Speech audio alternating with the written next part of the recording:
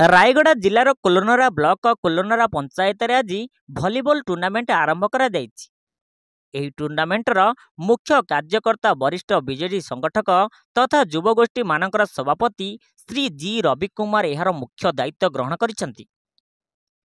एही कार्यक्रम रे मुख्य अतिथि भावे जोग देइथिले केसीसी बैंक निर्देशक तथा बीजेडी जिलार सभापति श्री बनागोड़ी तिरुपति एवं थेरुवाली पंचायतर समिति सभ्य प्रार्थी तथा बीजेडी वरिष्ठ संगठक श्री अशोक हुईका और सूरी पंचायतर पूर्वतन सरपंच तथा बीजेडी वरिष्ठ नेता श्री गंगाधर हिकका, कोलोनरा ब्लॉकर लेम्प सभापति तथा बीजेडी कार्यकर्ता श्री सुकु पिब्रिका, रायगड़ा जिलार युव सभापति श्री उदय कुमार हिमिरिका एहीपरि भावे अतिथि माने जोगदेई टूर्नामेंट को शांति श्रृंखलार सह आरंभ करथिले।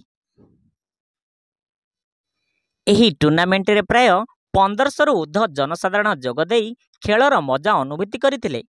एही टूर्नामेंटर मुख्य पात्र ग्रहण करथिबा युवगोष्ठी माने हेले के लाजर, टी साई, तंबुरु, तिरुपति, श्रीकांत, नवीन एवं आखपाख ग्राम रे थिबा युवगोष्ठींकर भी मुख्य भूमिका रहिछि बोली श्री रवि कुमार कहिथिले। ए टूर्नामेंट खेलाड़ी मानकु उत्साहित करी खेल प्रति आग्रह जमाई थाए बोली श्री तिरुपति कहिथिले। यह सुनी खेलाड़ी एवं ग्रामवासी और युव गोष्ठी श्री तिरुपति को अनेक अनेक धन्यवाद जणाइथिले।